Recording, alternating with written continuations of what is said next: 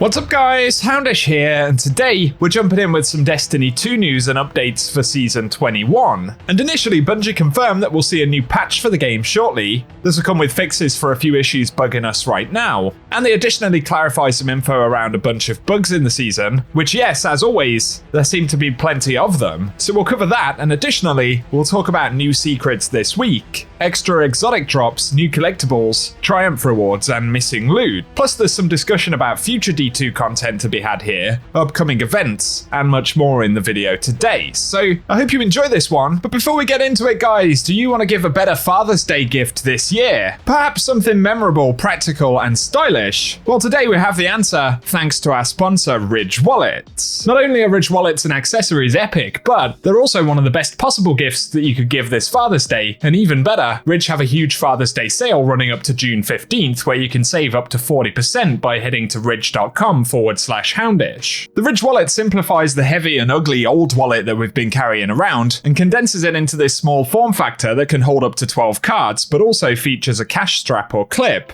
as well as an optional coin tray if you still need to carry a few coppers. This allows us to carry cash really easily and in a more secure way, because the Ridge wallet is super well constructed, made from premium materials, and has built-in RFID blocking technology to protect against digital pickpockets. But on top of that, they come in more than 30 different colors and styles to suit your preference. The one we have here is a lovely Basecamp orange wallet, which looks absolutely awesome, and all of them come with a 99-day money-back guarantee, as well as a lifetime warranty. Additionally though, Ridge also makes super secure key cases which come in the same styles, and that applies the principles of the wallet, condensing oversized key rings into a small form factor which pairs really nicely with the wallet. And so, if you want to up your Father's Day gifting game, be sure to check out the Ridge collection, and again you can save up to 40% in the store by heading to ridge.com/houndish. So I totally recommend them to you guys. The Father's Day sale will run up to June 15th, the link is down below, and thanks to Ridge for sponsoring the video. And so firstly today, a couple of updates from Bungie right here. Bungie Help said they're continuing to investigate a fix for some players being unable to give out commendations. I'm not really sure what's causing that, but they have said while we work on a permanent solution, players in this state are advised to load into a raid and then return to orbit as a workaround. Seems like a pretty high effort workaround right there, although I'm not sure how often you actually have to do that. But if you have been affected and you really feel the need to give commendations out, then at least you have a potential solution right there. On top of that, Bungie have reiterated that they're still looking into an issue which is preventing players from equipping the new Twitch bounty emblem, Pulsar Approaching. And we actually get a rough timeline for the next D2 patch here, so they've said the issue with the Twitch bounty emblem is expected to be resolved next week with the release of update 7102. So it's good that this one will be fixed, but also, as we've discussed, there are a lot of other items this season, bugs, glitches, and various other issues that players will be looking to see fixed in that hotfix. So as always, I'll keep you posted on it, but at least we have a timeline for when we are going to see the next update for the game.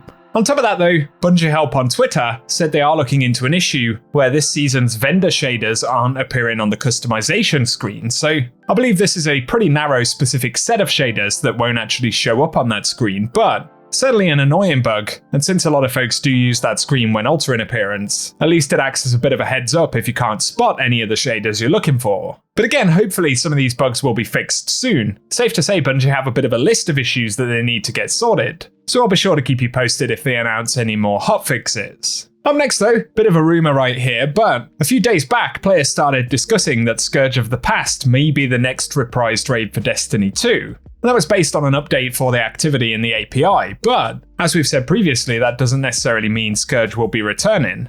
And according to Destiny Bulletin, one of Destiny's top leakers has confirmed, or supposedly confirmed at least right here, Scourge of the Past will not be the returning raid for 2023. So still, it's going to be interesting to find out. Obviously, we have nothing confirmed just yet by Bungie, although later on this season we'll surely find out. I know a lot of players are excited for the prospect of a returning Wrath of the Machine, so it'd be nice if we get that, but we will simply have to wait and see. Otherwise, in terms of future seasons, as we saw this season, Bungie introduced the hand cannon that was spotted on the LIGHTFALL artwork, and that's the Apocal integration. So players are discussing some of the other weapons that appeared in that artwork as well. One of them we can see right here, which is a Titan holding this grenade launcher. The launcher actually has the same pattern as the hand cannon on the side. And while I know this isn't really a news piece, it is interesting. There's some speculation that we might potentially get more of those weapons throughout Year 6. It would certainly be cool if that was the case, but give us your thoughts down below. I think it's certainly interesting that so many players focused on the hand cannon, and of course that's the first weapon we have seen added after the LIGHTFALL expansion. So do you guys think there's any chance Bungie could add the grenade launcher as well? I'd certainly be curious to get your thoughts down in the comment section.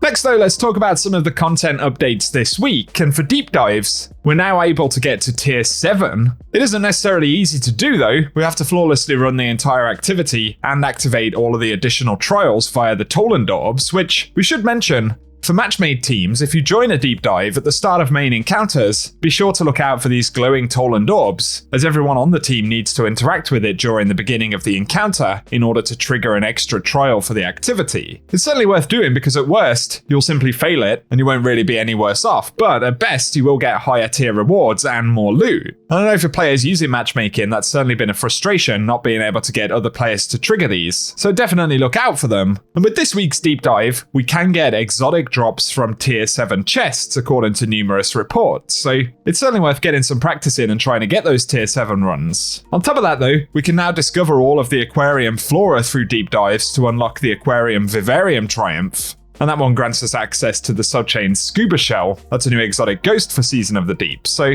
if you want to get that one, it's now available, and I'm sure those plant locations have been posted to YouTube this week as well. But for the final boss in deep dives, this week it is Kel'Garath again. And players certainly find this amusing. It's now said that Kel'Garath is the most fought boss combatant in Destiny history because, well, they just won't do one. And I'm pretty sure we've seen Kel'Garath even more times than we've seen Taniks now. Of course, coming in the form of the Taken version this time around. Otherwise though, the deep dives are pretty fun, and a brief spoiler mention here, but we still don't have an additional exotic weapon for the season this week. So we'll have to keep our eyes open on the various resets, although getting higher tier runs of deep dive as practice certainly isn't a bad idea because that's probably going to be part of how we can earn the new exotic. And if you want to learn more about the hidden exotic weapon for the season, I'll link a recent video down below. But following the weekly quest this time, we get a neat conversation with the Drifter and Lord Saladin. And then as always, Asa speaks to us via Sloan. So if you want to catch up on that dialogue, this is what Sloan had to say this week. Shrouded in darkness. A promise of something more. Two halves of a whole. Long divided. A schism between them, reunited, a glimpse beyond, to the beginning.